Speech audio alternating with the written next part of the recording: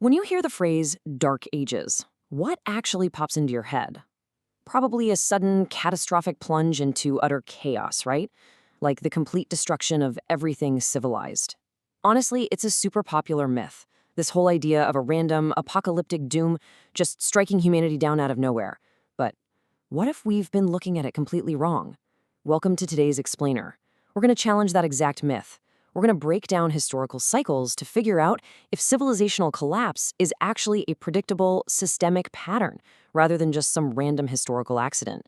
Are these periods of darkness, inevitable? And maybe more importantly, do they actually set the stage for our greatest leaps forward? Okay, let's dive into this. Here's exactly how we're going to break this down today. First, we'll define what the Dark Ages actually are. Then, we'll unpack the mechanics of systemic civilizational collapse, check out the massive impact of climate and migration, and tackle the big debate. Is it really a collapse or just a transformation? After that, we'll look at how societies actually recover from these disasters. And finally, we'll ask if history is about to repeat itself. So starting right off, what exactly are the Dark Ages? Let's get our definition straight. Because when historians throw around the term Dark Age, they aren't talking about a literal lack of sunlight or even necessarily a time of absolute misery. What they're mostly referring to is a profound lack of written records. The lights didn't literally go out, it's just that the scribes stopped writing. To see where this dramatic term actually comes from, we have to look back to this Italian scholar Petrarch in the 1330s. He basically flipped the traditional metaphor of light versus darkness. Looking way back at classical antiquity, he saw this glowing light of human achievement. But looking at his own post-Roman era, he just saw darkness. Much later, in 1602, Caesar Baronius coined the Latin phrase saeculum obscurum to describe a chaotic time that just didn't have any writers. So that's our intellectual baseline right there. A dark age is simply an era that goes silent. Moving on to our second point, let's look at systemic collapse, or, the actual mechanics of how these great civilizations fall apart. So what actually causes that historical silence? Great empires, whether we're talking about Mycenaean Greece or the massive Western Roman Empire, they don't just vanish overnight because of one single bad day. They suffer from compounding systemic failures. It's like a giant puzzle slowly falling to pieces. This is how you break an empire. You start with natural disasters like massive earthquakes, then hit them with climate-induced megadroughts and widespread famine. Obviously, that triggers mass migrations and invasions, like the Sea Peoples or Germanic tribes. And because these civilizations were so highly interconnected, their vital trade networks just completely shattered under the pressure.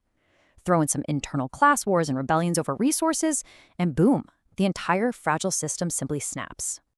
Now, what's really interesting about this slide is this fascinating paradox baked into the whole thing.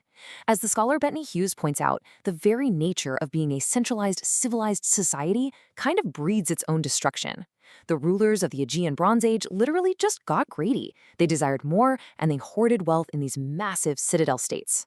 It's a completely impartial, undeniable observation when you look at history. Centralized greed and severe wealth inequality inevitably make a system incredibly rigid. And when a system is rigid, it absolutely cannot absorb a shock.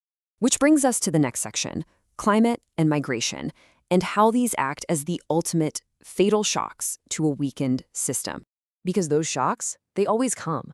When we map out two of the most famous historical collapses side by side, the similarities are absolutely stunning. Look at Mycenaean Greece. You have climate shock megadroughts severely limiting the food supply. That pushes displaced groups, like the mysterious Sea Peoples, into the Aegean, which results in the total loss of palatial control. Now fast forward about 1600 years to the Western Roman Empire. A changing climate pushes nomadic groups, causing this massive domino effect of Germanic tribes migrating straight into Roman territory, ultimately breaking the empire in 476 CE. The pattern is crystal clear. Climate shock triggers migration, and that migration completely overwhelms fragile, overly centralized powers. It's a devastating, systemic one-two punch. This brings us to a huge question, and our fourth topic. Is this a true collapse, or is it actually a transformation? There's a massive historical debate here. Seriously, when the dust finally settles and the grand palaces burn to the ground, what actually happens? The claim side of the debate argues that these periods represent a complete, tragic breakdown of civilization, A total, literal apocalypse. But the counterclaim argues that society doesn't actually die at all. It just decentralizes, adapts, and figures out brand new ways to survive without a top-heavy state breathing down its neck. Let's weigh the evidence for both sides. First up, the claim for a total breakdown. And honestly, the evidence here is striking. In Greece, the linear B writing system didn't just slowly fade away, it vanished completely. Monumental stone architecture abruptly stopped. Poof, gone. We see drastic population declines in major urban centers, with survivors literally squatting in the ruined shells of once great palaces. All that opulent aristocratic wealth, the highly organized economies regulating trade, totally wiped out. If you were living in one of those urban centers at the time, this absolutely felt like the end of the world for sure. And this brilliantly illustrates the other side of the coin, the counterclaim. What actually happens in that darkness? Well, without the rigid control of the palaces holding everyone back, innovation actually sparks. The collapse of the fancy bronze trade basically forced people to adopt stronger, way more abundant iron tools. We also see the rise of the oikos, these independent landowning households that formed a much more egalitarian economic base. During the post-Roman Dark Ages, quiet monasteries became these amazing dedicated centers where monks meticulously preserved classical literature. And militarily, the elite, expensive chariot warfare of the Bronze Age was totally replaced by the hoplite phalanx. That required intense cooperation among equals, which literally laid the groundwork for future civic equality. All right, let's look at Section 5, Recovery After Disasters and How Humanity Pulls Itself Out of the Ashes. So, how do we get the lights turned fully back on? Well, a quick glance at the timeline proves that darkness is, in fact, temporary. After the Mycenaean palaces fall around 1150 BCE, it takes roughly 3.5 centuries of decentralized evolution before the Greek Archaic Age just explodes around 800 BCE. That brought us the revolutionary Greek city-state, or polis, and the Phoenician alphabet. It's a similar story later on. Rome falls in 476 CE, and by 800 CE, Charlemagne is crowned, kicking off the Carolingian Renaissance. The big takeaway here, what follows a collapse is almost inevitably a new, incredibly robust structure. Let's move to and see how this builds on the ground, practically speaking. During the massive chaos following the fall of Rome, you'd probably think global trade just completely died, right? But it didn't. Take the Rathenites, for example. These were networks of Jewish merchants who quietly maintained vital long-distance trade routes all across a totally fractured Dark Age Europe. They kept the global economic blood flowing, moving exotic spices and crucial resources right when the massive centralized empires simply couldn't anymore.